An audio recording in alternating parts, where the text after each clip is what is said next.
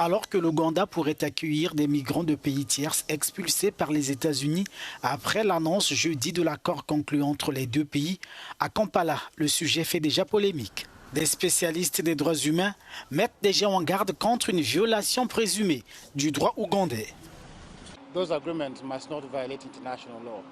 Ces accords ne doivent pas violer le droit international. Il me semble, d'après les informations que nous avons entendues, que les accords bilatéraux envisagés ou déjà rédigés entre l'Ouganda et les États-Unis en ce qui concerne le rapatriement involontaire d'immigrants non nationaux des États-Unis vers l'Ouganda violeraient le droit international. En fait, il pourrait même s'agir d'une violation du droit ougandais, car nous faisons entrer des ressortissants étrangers sans statut dans ce pays.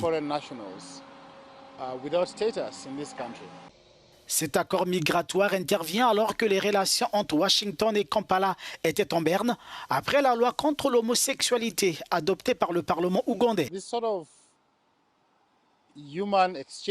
Ce type d'échange humain pour un bénéfice mutuel entre l'Ouganda et les États-Unis est une question profondément politique. Pour les États-Unis, il s'agit d'un désagrément dans leur pays. Pour l'Ouganda, il s'agit de se positionner pour revenir dans les bonnes grâces des États-Unis suite aux actions négatives des administrations américaines passées à l'égard du pays et des fonctionnaires ougandais en particulier. Il s'agit donc bien d'un jeu politique. Malheureusement, des vies humaines sont impliquées et je pense qu'il est vraiment triste que nous sacrifions des êtres humains sur l'autel de la commodité politique des États.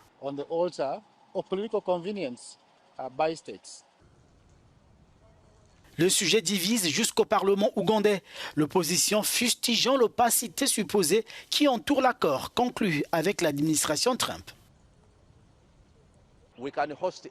Pouvons accueillir n'importe qui dans le cadre d'un tel arrangement. Nous exigeons seulement que les formalités soient respectées à tout moment et que le peuple ougandais ait son mot à dire sur tout ce qui se passe en son nom.